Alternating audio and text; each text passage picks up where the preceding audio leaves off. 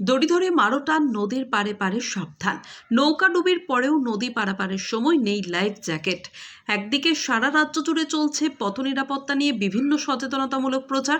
পথ দুর্ঘটনার হাত থেকে বাঁচাতে পুলিশ প্রশাসন থেকে ট্রাফিক বিভাগ একযোগে সচেতনতামূলক প্রচার চালাচ্ছেন সাধারণ মানুষের মধ্যে। ঠিক সেই রকম সময়ে দাঁড়িয়ে জলপথে যাতায়াতের সময় নিরাপত্তা কোথায়? নাদনঘাট থানার কুতিরডাঙ্গা এলাকায় কয়েকদিন আগেই নৌকা ডুবির ঘটনা ঘটে।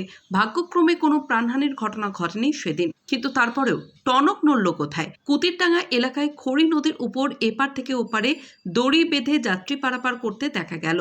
যাত্রী পারাপারের সময় নেই কোনো লাইফ জ্যাকেট। সাধারণ মানুষ থেকে বহু স্কুল পড়ুয়া জীবনের ঝুঁকি নিয়ে এভাবেই প্রতিদিন নদী পারাপার হচ্ছেন।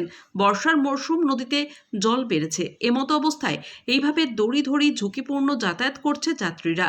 মানুষজন ছাড়াও পারাপার করছে মোটর বাইক থেকে শুরু করে বিভিন্ন পণ্য সামগ্রী নিয়ে পারাপার হচ্ছে এই অঞ্চলের মানুষজন।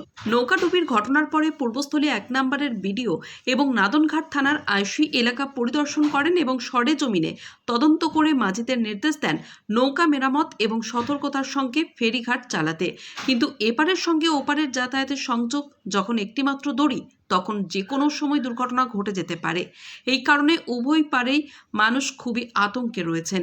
এই এলাকার মানুষজন এখানে একটি পাকা সেতু নির্মাণের দাবি জানিয়েছেন। সৈয়দ আবু জাফরের রিপোর্ট, MBS নিউজ। অসুবিধা এটাই আমাদের যোগাযোগ ব্যবস্থা, এটাই আমাদের রাস্তা। তো এটা ঘুরে যেতে হয়েছে, ছেলেদের প্রাইভেট আছে, স্কুল আছে, পরীক্ষা আছে, আমাদের ঘুরে ঘুরে যেতে হয়েছে, খুবই কষ্ট। কি চাইছেন? চাইছি এর থেকে যদি একটু ভালো কিছু সুবিধা হয় তাহলে আমাদের ছেলেদের ভবিষ্যৎটা একটু উজ্জ্বল হবে। বাচ্চা কোন স্কুলে পড়ে? বাচ্চা বাজারে পড়ে, বাজারে নরসদপুর প্রাথমিক বিদ্যালয়ে পড়ে। আর এইটা 15 মিনিটের রাস্তা, সেখানে আমাদের 45 মিনিট 1 ঘন্টা করে যেতে হয়েছে ঘুরে ঘুরে, খুবই কষ্টকর রাস্তা। এখন চাইছেন যে একটা কিছু হোক, তাই তো? অবশ্যই। আপনার নাম পরিচয়? আমার নাম শ্রাবণী ঘোষাল। আচ্ছা, এই 4 দিন চালু তো। 4 দিন হচ্ছে, তাই তো? এখন কিভাবে পার হচ্ছে?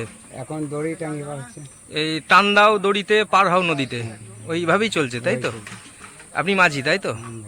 তো যারা পার হচ্ছে কি বলছে?